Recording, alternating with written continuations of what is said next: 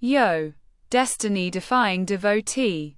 Cafes cloaked in that pre-dawn November 16th veil, 2025's.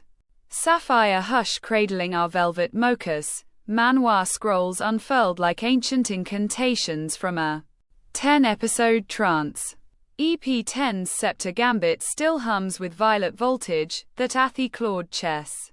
Match crackling with crown-level cunning, but you asked for the full grimoire. Episodes 1 through 10 fused into one seamless, spellbound script. No streaming sigils, no portal pings. Just pure palace poetry, from cradle to coronation countdown. Spoiler wards raised, if you're a fresh fledgling in this isekai empire, seal your eyes. This is for the reborn royals. Let's weave the tale. Episode 1, Reborn in Rubies, the doomed princess awakens. Canvas ignites in a storm of crimson silk and sapphire tears. Our modern heroine, crushed by a truck-kun cliché, reboots as Athanasia de Alger-Obelia, the ill-fated spare princess in the Otome novel Lovely Princess. No fairy godmother, just a death flag countdown, executed at 18 by her ice-cold emperor dad, Claude. But this ain't her first life. She's got meta-memory, manhwa panels flashing like prophetic pop-ups. Infant Athy, wide-eyed weapon.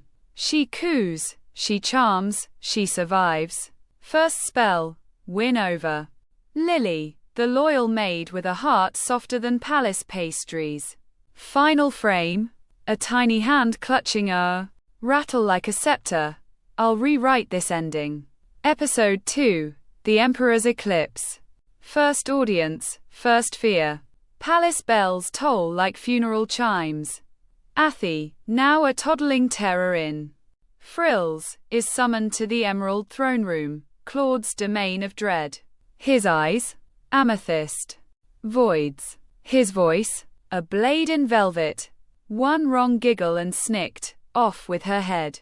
But Athy deploys Operation Adorable Distraction, a wobbly curtsy, a papa squeak, a strategically dropped cookie.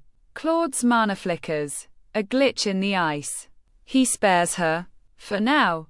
Post-audience, Athy collapses in Ruby Palace, vowing, Phase 1, don't die. Phase 2, don't die cuter.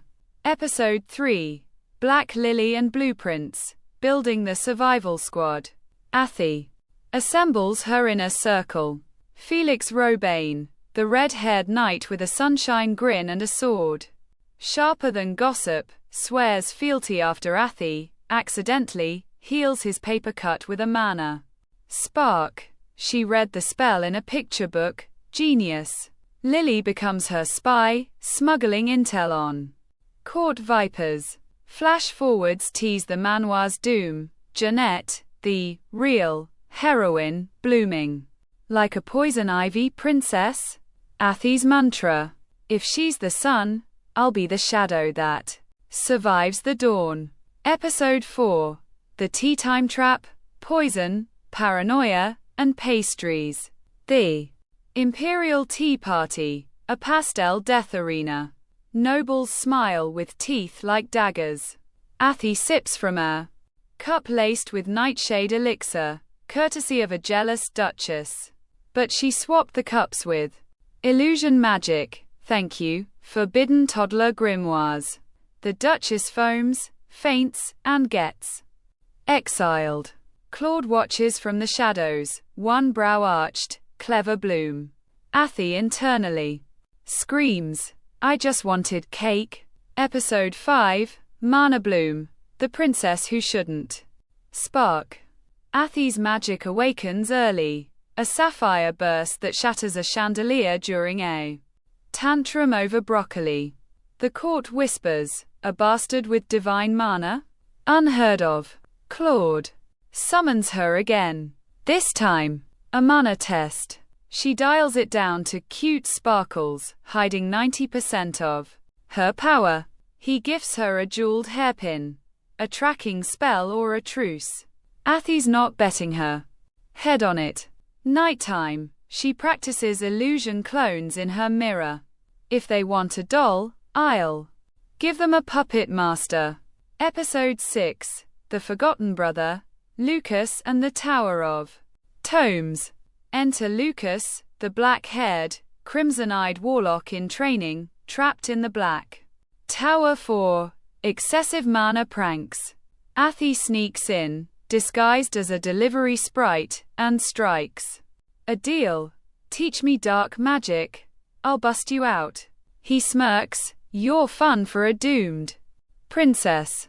First lesson. Memory veils, erasing her tracks from palace spies. They bond over contraband cake and conspiracy theories. Lucas drops a bomb. Your dad's mana is decaying. Someone's cursing the bloodline. Athy's eyes narrow. Anastasius. Episode 7. The Debutante Deception. Ball gowns and blackmail.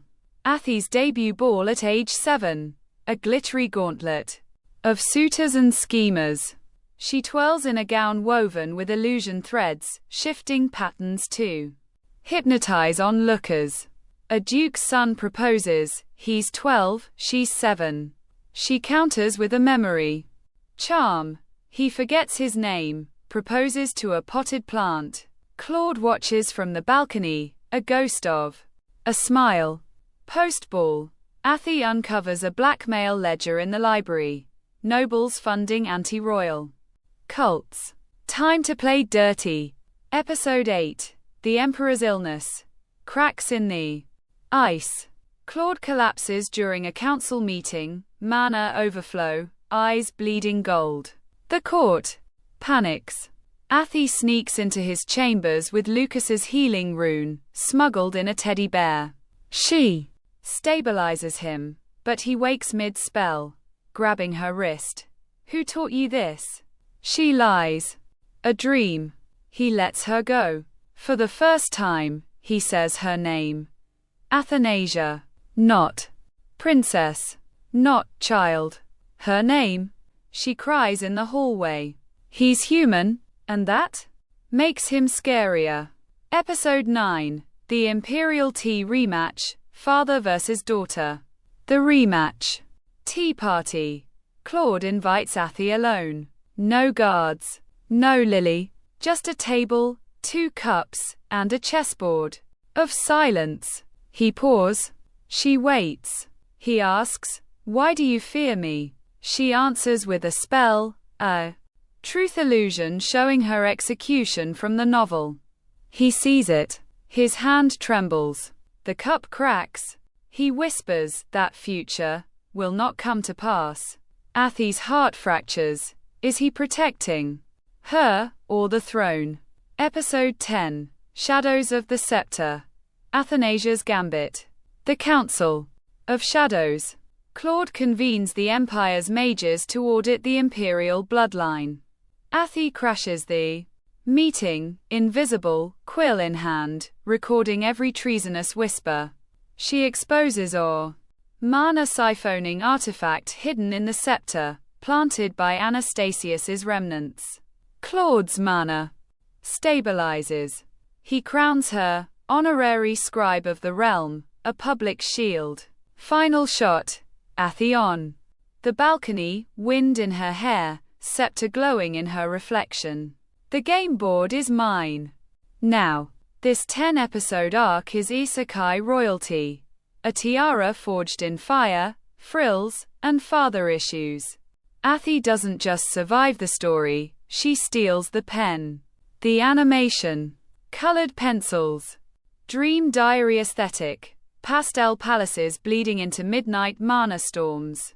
The voice acting? Sasahara's Athy ages from squeak to steel in 10 EPS flat. What's your favorite spell in there? Grimoire. The T-swap.